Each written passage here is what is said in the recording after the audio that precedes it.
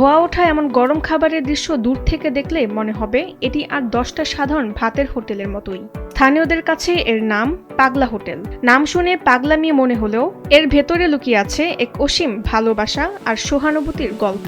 এই হোটেলে মানসিক ভারসাম্যহীন মানুষদের জন্য ফ্রি খাবারের আয়োজন করছেন রঞ্জু মিয়া।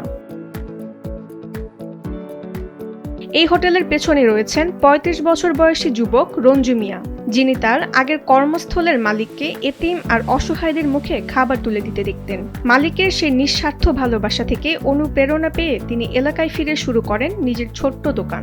আমি ঢাকায় এক দোকান চাকরি করছিলাম। ওই মালিককে প্রতি শুক্রবার গরিব মিসকিন অসহায়কে খাওয়াই। ওই দেখার পর আমি দেশে আসিয়ে আমার দোকান আছে, ওখানে আসিয়ে আমি ওই প্রতি শুক্রবার গরিব মিসকিন অসহায়কে খাওয়াই। আমি তারা দেখি সবাই আমাকে পাগল বলে। ওই জন্য চিন্তা করলাম যে পাগল বলে আমি উলিপুর থানা যায়, উলিপুর যায় আমি এটা ব্যানার বানাইলাম যে পাগলা হোটেল। তখন থেকে চলতেছে, অনেক দূর দূরান্তের লোক আসে ওরা খায়। কুড়িগ্রামের উলিপুর উপজেলায় হাতিয়া ইউনিয়নের গাজীপুর বাজারের এই ছোট্ট দোকানটি সপ্তাহে 6 দিনই স্বাভাবিকভাবে চলে। তবে প্রতিদিনের লাভের একটি ছোট অংশ জমা করে প্রতি শুক্রবার দুপুর থেকে বিকেল 4টা পর্যন্ত এলাকার বিভিন্ন প্রান্ত থেকে আসা মানসিক ভারসাম্যহীন মানুষদের জন্য ফ্রি খাবারের আয়োজন করছেন রঞ্জু মিয়া। হোটেলে ব্যবসা করি, 6 দিন ব্যবসা করি। প্রতিদিন সঞ্চয় কিছু রেখে দেই, শুক্রবারের জন্য ফ্রিতে খাওয়ার জন্য রেখে দেই। শুক্রবারে ফ্রিতে খাই।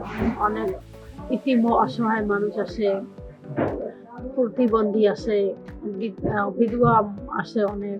সমাজের চোখে যারা অবহেলিত, ঘরহীন আর ভবঘুরে, তাদের সম্মানের সাথে নিজের দোকানে বসিয়ে খাওয়ান তিনি।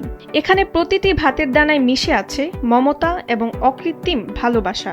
আমরা প্রত্যেক শুক্রবার করে এই পাগলা হোটেলে আসি, ফ্রি খাওয়াই, আমরা ফ্রি খাই। এখানে টাকা পয়সা লাগে না। আর্থিক দুর্বলতা থাকা সত্ত্বেও গত 1 বছর ধরে এই আয়োজন চালিয়ে যাচ্ছেন রঞ্জু মিয়া। এলাকাবাসীদের কাছে তার হোটেল যেন এক অনুপ্রেরণার নাম। মেলা লোক আছে, মান্যগণ্য বা পয়সাওয়ালা চাকরিজীবী লোক আছে, এই সাহসটা কিন্তু কাইয়া পায় নাই, একমাত্র রঞ্জু মিয়া পাইছে। মানুষের পাশে দাঁড়াতে অনেক অর্থের নয়, রঞ্জু মিয়ার মতো শুধু বড় মনের প্রয়োজন বলেই মনে করছেন স্থানীয়রা। কুড়িগ্রাম থেকে প্রতিনিধি এম সাহেব আলী মণ্ডলের পাঠানো তথ্যচিত্রের ডেস্ক রিপোর্ট তাসনিম হোসেন লিয়া।